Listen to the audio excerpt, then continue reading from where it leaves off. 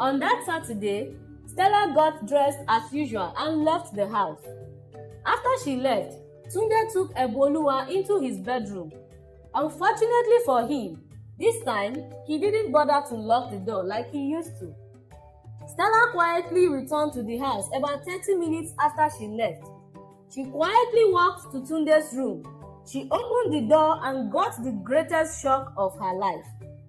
Stella almost collapsed out of shock at the sight of what she saw. It all began when the popular Lagos caterer, Stella, and Akinola got married in a private wedding with not more than 20 people in attendance. They had met at a dinner party where Stella was the caterer. Akinola enjoyed the food so much and decided to go commend the caterer. "I enjoyed your food, madam. Thank you so much and keep it up." "Your husband is really lucky," Akinola said when he approached her. Stella smiled, revealing her beautiful set of white teeth. "Thank you so much for your compliment, sir, but I am not married," she said calmly. She gave Akinola her business card and asked him to call her for his events. They became friends afterwards, and their friendship grew into a romantic relationship which led to marriage. Akinola, who was the head of the marketing team of Diamond Bank in Lagos, seemed to be like an answered prayer, a loving and supportive husband, and Stella felt like her dreams of having a beautiful marriage were finally coming true. Stella became pregnant immediately after their wedding, and they welcomed a beautiful baby girl after 9 months. The arrival of their daughter brought even more joy. But what Stella didn't know was that the same family she trusted would threaten to shatter their happiness in unimaginable ways. The baby was named Eboluwa. Akinola's 22-year-old younger brother, Tunde, was living with him when he got married to Stella. He had written JAMB and was waiting to be admitted into the university. When Stella moved in after their wedding, she had wanted to tell her husband to send Tunde back to his old mother in the village because she wanted a more private married life. But on a second thought, she let it slide. "If I do that, they will tag me a bad wife," she thought to herself. She eventually began to love Tunde so much like her own brother because he was really helpful around the house. About 3 months after the birth of Eboluwa, her husband Akinola was transferred to Diamond Bank Ibadan branch in Oyo State. He moved to Ibadan, leaving Tunde behind with his wife in Lagos. He visited them once or twice in a month. Being a mom without a house help and any elder around to help her out, Tunde was helpful, always ready to lend Stella a hand. Stella had stopped taking catering jobs after she had her daughter. However, a mouth-watering job came from the governor's office after Eboluwa clocked 6 months, and Stella couldn't turn it down. She took the baby along and made one of her workers attend to her while she prepared food. Eboluwa, being a clingy child, cried so much that day, and Stella could barely concentrate on her work. She explained her ordeal to Tunde when she returned home. "I can take care of her while you go to work, since she is fond of me," he answered her. Stella thought for a while. Eboluwa was actually very fond of her uncle. She had to make a choice. With Akinola at work and Tunde readily available, leaving Eboluwa with him seemed like the perfect arrangement. "It is just once in a week. She can stay with you," she told Tunde. Little did she know that this decision would haunt her. Tunde's relationship with Eboluwa started off normally. He would sing to her, rock her to sleep, and ensure she was well fed. Stella felt reassured. She believed Tunde was the ideal uncle, loving, protective, and trustworthy. But behind the mask of kindness, a storm was brewing. She began to leave her baby in his care whenever she had an event to cater. She returned home every time to either meet her baby sleeping soundly or playing cheerfully with her uncle. This gave her so much joy and she felt very relaxed. Tunde grew overly attached to the baby, volunteering to watch over her even when Stella was around. Stella didn't think much of it. She simply saw it as an uncle-niece relationship. Tunde's admission application had failed and he was preparing to retake another exam. He suddenly began to develop some urge which needed satisfaction. He looked at Eboluwa one day and decided to try something out with her when her mom was away. Just after Eboluwa's first birthday, Stella informed Tunde that she had a very big event to cover by weekend. Eboluwa will be with you as usual while I go to work, she informed him. Sure, anything for you and my beautiful niece, Tunde replied with a broad smile. That weekend, Stella left for the catering job, feeling confident that Tunde would take care of Eboluwa. But this time, something went wrong. After Tunde was sure that Stella was gone, he locked the door with the keys, took Eboluwa into their smaller living room, and had her give him a suck. Eboluwa innocently did it. After he was satisfied, she began to cry. Tunde felt very good after the act. He decided to continue, knowing that Eboluwa was too small to make a report about his act.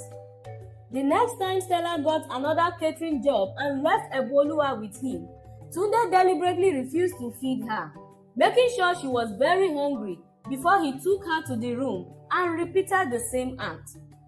This time, Eboluwa did it with all her strength because she was really hungry. Tunde was very happy. He fed her after the act and rocked her to sleep.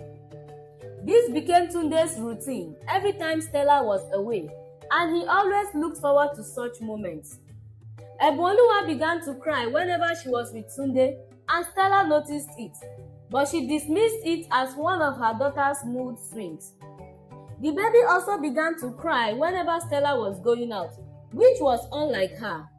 Again, she ignored it, and Tunde continued with his evil act. One night, Stella woke up with a start. She had had a dream where she saw Eboluwa crying out to her, trying to tell her something which she obviously did not understand. Her heart was racing so fast, and seeing Eboluwa in that state really broke her heart. When she woke up, she checked on her baby, who was sleeping peacefully beside her. She cautioned herself for worrying unnecessarily, but the feeling of unease wouldn't go away. It was as though her instincts were warning her of something she couldn't yet see. Then one day, Eboluwa became sick. It started as a mild fever at first, and then it got worse after 2 days. Stella called her husband and told him about it. Akinola was away in Ghana, representing his bank at a conference at that time. He asked her to take Eboluwa to the hospital immediately. I will come home as soon as I return to the country, he added. Stella took Eboluwa to the hospital, where a series of tests were carried out on her, but the doctors found nothing wrong with her. Then he ordered for more tests using her urine samples. The result was sent to the doctor, who stared at it in disbelief. He invited Stella into his office to discuss the test results with her. Your daughter has chlamydia, which is an STI. I am sorry, but I think someone has been touching your daughter, he said to her. Stella stared at the doctor in shock. That is not possible, doctor. Nobody is touching my daughter, and she is intact down below. There is no sign of pain whatsoever from that area, Stella defended. The doctor ignored her defense and went on. We will place her on some medications and she will be fine. Thankfully, it is a treatable ailment, he informed her. After she returned to her daughter's ward, Stella stared at Eboluwa, who was sleeping soundly on the hospital bed. How did her daughter come in contact with the ailment? She wondered. She trusted Tunde so much that she refused to believe he could be the one behind it. Besides, Eboluwa was okay down below. She concluded that there was a mix-up somewhere. However, she decided to make her findings just to further clear her doubts. After her daughter was discharged, she lied to Tunde again that she was going out to work on the weekend. Tunde was very happy once again and couldn't wait for the weekend to come. On that Saturday, Stella got dressed as usual and left the house. After she left, Tunde took Eboluwa into his bedroom. Unfortunately for him, this time he didn't bother to lock the door like he used to. Stella quietly returned to the house about 30 minutes after she left. The house was unusually quiet. She quietly walked to Tunde's room when she couldn't find him in the two living rooms. She opened the door and got the greatest shock of her life. Stella almost collapsed out of shock at the sight of what she saw. Eboluwa began to cry immediately she saw her mother. Stella stormed into the room and began to scream at the top of her voice.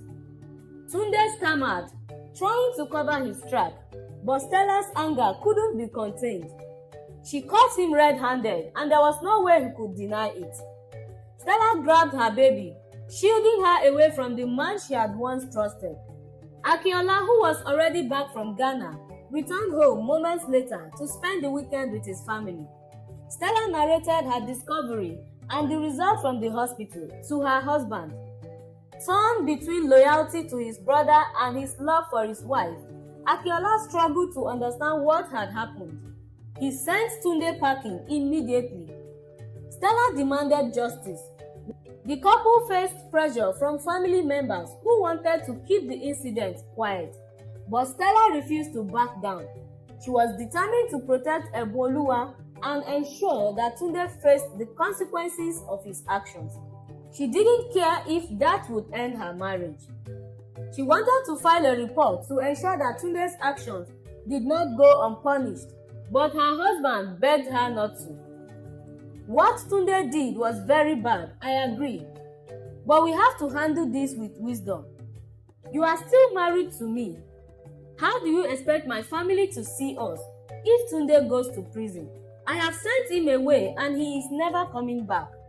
Please, let us forget about it and move on, he begged her. Stella burst into tears and cried bitterly. I can't believe I was that careless. My baby gave me signs, but I ignored it all. My instinct warned me, but I still did not pay attention. I have my faults too, she said as she continued to cry. Akinola pulled her to himself in a warm embrace, apologizing repeatedly for trusting Tunde. Together, they vowed to rebuild their lives and create a safer environment for Eboluwa. Stella decided to let go, although the emotional scars remained. Each time she remembered the scene, she cried. Stella and Akinola decided to go for counseling to help them heal and find closure. Akinola moved his wife and daughter to live with him in Ibadan, while he put up his Lagos apartment for rent. Their love grew stronger, rooted in the lessons they had learned through their pains. Dear mothers, your children are your greatest treasure, and their safety is your highest priority. In a world where trust is often betrayed, be vigilant about who you leave your daughters with. Remember, the ones you trust most can sometimes be the ones to harm them the deepest. Never assume anyone is above suspicion, and listen to your instincts. Teach your daughters to speak up, to know their worth, and to recognize when something feels wrong. Your care, love, and protection can shield them from the scars of abuse. Their innocence is precious. Guard it with everything you have. Thank you so much for watching. Please like and subscribe to my channel, as I am just getting started with giving you mind-blowing stories. You will definitely enjoy your time on my channel. Bye for now.